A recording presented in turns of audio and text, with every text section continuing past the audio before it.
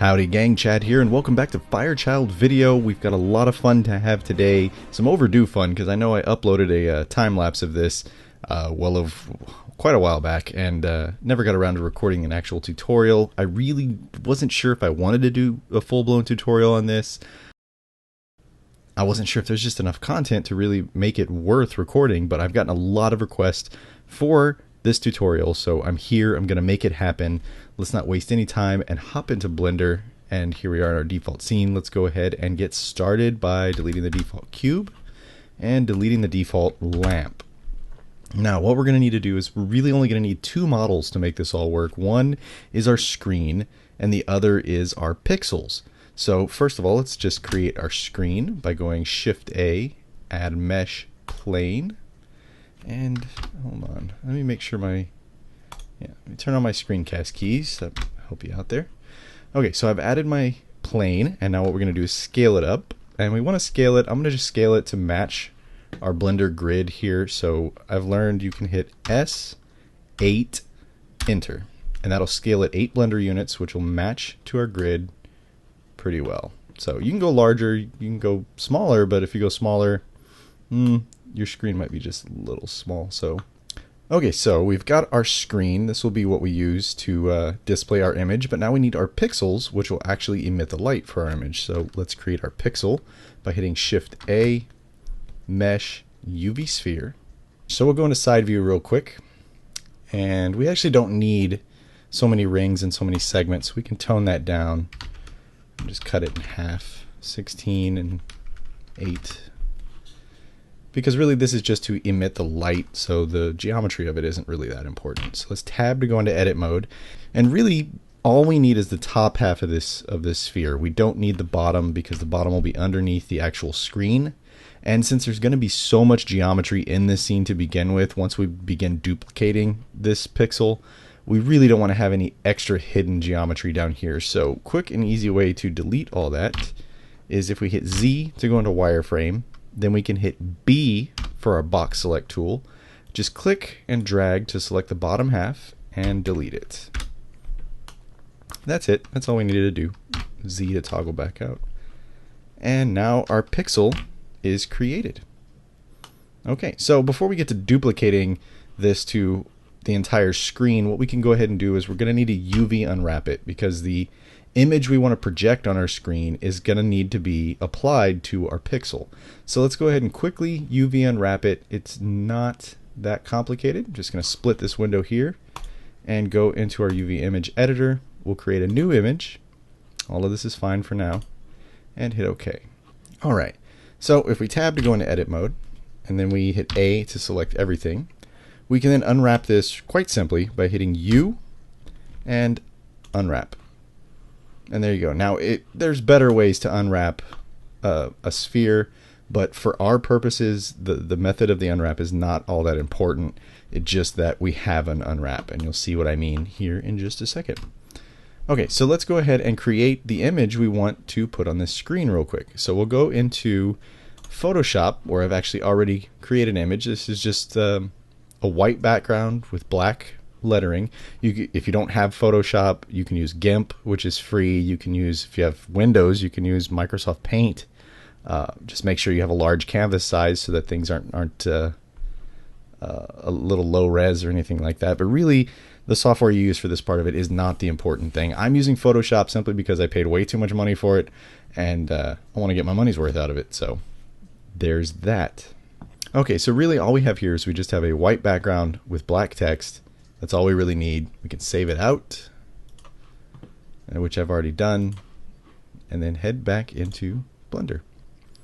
Okay, so let's go ahead and load our image. So we'll go in the UV image editor to Image, Open Image, and navigate to our image. Okay, so now our image is in Blender. We tab to make sure, which is not working. Okay, I need to reload my image. And there you go. It's actually already UV unwrapped. It's good to go. Okay, so let's make sure we're in cycles, and we'll give this a render. And you'll see there's nothing showing up. You can see the circle, you can see the plane, but there's no texture on it. And that's because, if we go to Node Editor, that's because we haven't given it a material. So with our pixel selected, let's go ahead, actually go up here and let's rename everything just to keep it all organized. So we'll change our plane to screen, and our sphere was changed to pixel. Okay, so with our pixel selected, we'll go in our node editor here and move this over. Alright, so we've added a new material and we've got our diffuse here. Let's go ahead and add in our texture by hitting Shift A, texture, image texture. And since we've already loaded it into Blender, we don't need to go open and navigate menus and all that. We've got this handy little drop down. We just click and everything that we've already, every stills or movies that we've loaded into Blender will show up here. And you see we have pixel text. And we can connect that to our diffuse. And you'll see it shows up on our pixel, which is pretty cool. That's kind of what we want. So before we get any further into this, we can go ahead and now that we have our basic texture set up, which there's a lot more we have to do, but we can go ahead and now we can create our pixel screen. So what we need to do is we need to connect this pixel to the screen. So that way it's attached to the screen. And we'll do that with parenting by right-clicking to select the pixel, Shift right-click to select the plane, and hit Control P. And then it'll bring up this menu, and you want to set parent to object. So what that does for us is if we select just our plane and we move it around, the pixel stays with it, which is exactly what we want. So now that we have our pixel paired to our plane, what we need to do is we need to tell Blender somehow that we want to duplicate this pixel on this plane. And the easiest way to do that, you could set up an array modifier, but man, that's a pain, and then it'll really give you problems when you come to texturing. The easiest way I found is if we go into this cube icon here, which is our object menu, and scroll to the bottom, on the bottom right here, you'll see duplication. So that's a handy little thing that's already set up for us just for this. And we can set it to duplicate based on frames, verts, faces, groups, which group is actually really handy for other reasons with this duplication stuff we might get into in a later tutorial. But for this one, all we really want to focus on in this tutorial is verts. So we'll click on verts and watch what happens. Now we've got 4 extra pixels that showed up. Why only 4? Well, if we tab into edit mode, you'll see that our plane only has 4 vertices. So for every vertice in our plane, it's placing the child, it's placing that pixel. So what happens if we hit W and subdivide this several times? You'll see that every time I subdivide it, it's adding a new pixel to each vertice. So now you can see that if we subdivide enough times, we can get something that looks really, really cool. And we get a lot of copies without a whole lot of effort. But now you'll see, I'm going to add a wireframe, you'll see that all of these little pixels are overlapping, and it's not really going to work for what we want. So if we select, tab back into object mode, select our main pixel, now what we can do is we can scale it down, and you'll notice as we scale it, all of those children scale with it. So now we can scale it until they're just about to touch, so they're very, very close together. And now if we render that, you'll see that we have hundreds of copies of that one pixel with the same texture on it, which is cool in and of itself, but that's not really what we want. What we want is we want the word to span across all of these pixels. Well, there's a real easy fix to that. If we add in just one little node, it'll fix this whole thing, and that node is under input and it's texture coordinates. So we drop that in, and this will allow us to tell Blender how to coordinate our texture based on these settings. So if we drop in UV, you're telling it use the UV coordinates to map this image. But that's not what we're going to do here. What we're going to do here is we're going to use generated, which as you notice, it kind of shrank everything down. But now there's this little tick box down here called from dupli, and that's telling it to take the texture and map it based on the duplavert, which is that's what that original pixel is called. It's a duplavert. It's what's the source of all of these duplications. So if we click that, let me zoom out, watch what happens. Boom. It's actually there. It's saying it, but the problem is that we have too few pixels to display the text correctly. So how do we fix that? Well, by adding a lot more pixels. So if we I think we still have our original selected. If we select our plane, tab into edit mode, and subdivide a few more times, maybe just a couple. Let's see. I guess let's try just there. And then of course we have to shrink down our main pixel again because everything is overlapping.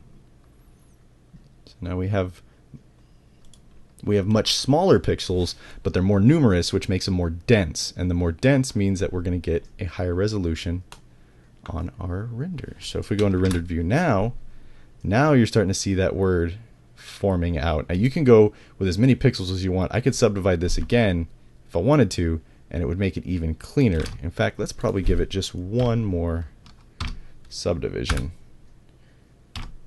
And if we select our original pixel, zoom in here, so now we have very, very tiny pixels.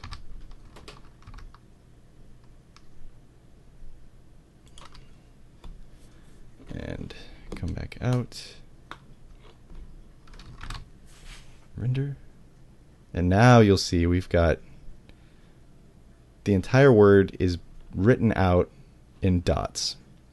But there's a problem. The problem is that it's mapping it based exactly with the texture. All of these little pixels are white and our word is black, just like our texture shows. But what we want to do is because it's a screen, we want the word everywhere, every pixel here that is part of the word pixel should be emitting light.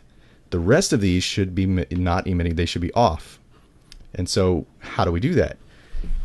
Back in the material settings, real easy to do, we need to set up a mix to where we can tell Blender that if the pixel is not part of the texture, turn it off. If it's part of the texture, turn it on. So to turn it on, obviously we're going to need a shader mix shader, and that way we can mix between the two, and then a shader emission shader so that we can say, hey, anytime you see black, light it up with some light. So if we mix those together, you see it doesn't look very good, but that's because what we need to do is use the factor here to tell Blender anything that's white is one of these, anything that's black is the other one. So in this case, anything that's white will be this diffuse material, anything that's black will be the emission material. So we're basically using that texture as a matte in order to luma matte this whole thing. So we can disconnect the texture from our diffuse material and connect it to the factor on the mix shader. And now you'll see what we have. If we change the color of our emission, you'll see that now we're emitting red light from everything, and then our regular diffuse material is right here. So it's backwards. So we'll just take these, flip-flop them, and there you go. Very cool. So what we can do now is we can add a little extra material to these pixels. So that way, see, the pixels would be made out of glass basically, or plastic, but they'd be shiny. And right now they're just a very dull gray. So let's fix that by duplicating our mix shader, adding in a glossy shader,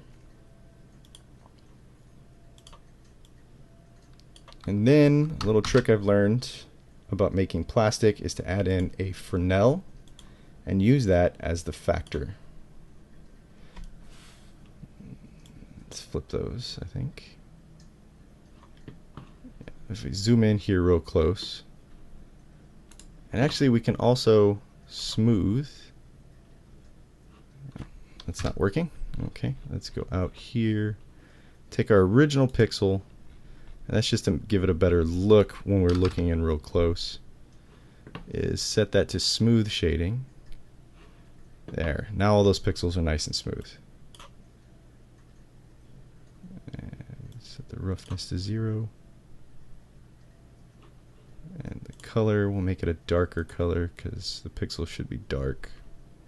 Okay, so really there you have it. That is kind of the gist of this whole thing. I'm just going to set up the camera real quick. Something like that. Something like that looks pretty good.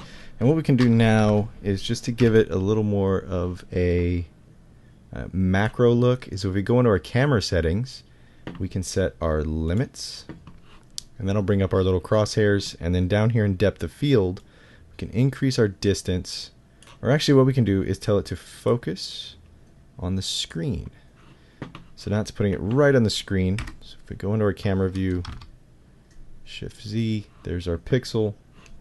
And if we give it a little light, let's actually add a little light into the scenes just so we can see a little bit of the screen. So we'll add in a plane, bring it up above our camera, scale it up, and just to give it a little texture, we'll tab into edit mode. We'll Shift D, Shift D, Shift D, Shift D. Yeah, so now we have kind of this light grid, and if we give it an emission shader, watch what happens.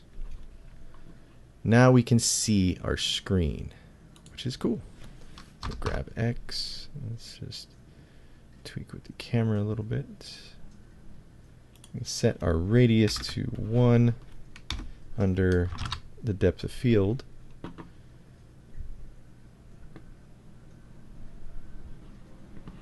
Maybe even higher.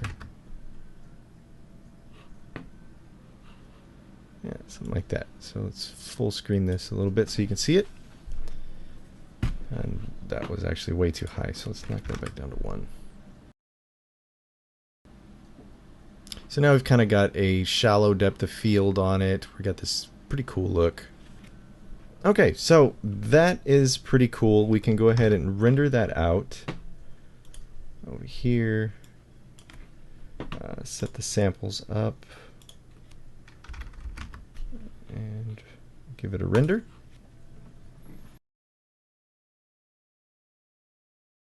So let's go ahead and head into the node editor, and we'll finish this thing off in the compositor. So let's click on compositor here, click use nodes. And what we want to do is, because this is supposed to be lights, we need to add a little bit of a glow. So if we hit Shift A, this is kind of similar to the Fonts on Fire tutorial, which you can check out on my YouTube channel or on Facebook or any of the other places. It's kind of similar to that. So we'll add in a glare, change it to fog glow, drop the threshold. And see what that's doing is that's kind of overall blowing the whole thing out. So let's bring that back by going color, brightness, contrast, and we'll just plug that into our output so we can see what we're doing. And we'll brighten it up, bring up the contrast even more. Actually, we'll darken it there. So now it should give us a better result. So yeah, now you'll see we've got this glow going around the text, which is cool. We can also add in, just as we did with our fire, we can add in a filter blur, a fast Gaussian, and just plug it in so we can see what we're working with here. We can go 100 and 100. Actually, we'll probably go a little lower than that. We can go 50 and 50 probably. Okay. And then add in a color mix shader. Add, and we'll mix these two together. Plug it in. Mix this one in with it. And then bring that influence and the factor down. Like so. Okay. And then since we did the brightness and contrast here, we kind of want to bring back in a little of that detail of the original image. So if we add another add node by just duplicating that one, then we can add this original image back in over the, let's see, and then bring the factor down. Actually, that other way. Bring that factor up a little bit, and now we're just basically mixing in our glows with that original image so that we preserve some of the detail. So that's that. I mean, that's really all there is to it. The little compositing stuff is just extra if you're trying to create this exact scene, but if you were doing, say, a billboard or a scoreboard, things like that, you probably wouldn't need to add as much of these glows. But just to match your scene that you're shooting in, So that's really all I've got for you guys. Like I said, I wasn't even sure I was going to make this into a tutorial because I wasn't sure there was enough here. So I kind of may have exaggerated a few things, may have experimented around with you guys a little bit because I wanted to kind of make it worth it. So this was kind of a riff. I didn't really have a set path to make this one. I kind of just shot from the hip. So if I rambled a little much, apologies. That's really all I had for you today. Go forth, make yourself some pixel screens, shoot me some screenshots. I'd love to see your work. You can find me on Facebook, facebook.com/firechildvideo. And I look forward to seeing a lot of your guys' stuff. It feels good to be back and doing this again. I know I've said that more than once, but you know, gotta manage life and my online life. So it is what it is. There's more stuff. I'm having fun. So I'm gonna call it a night and say thank you guys for watching. You've been watching Firechild Video. My name is Chad. We'll see you guys again, hopefully real soon.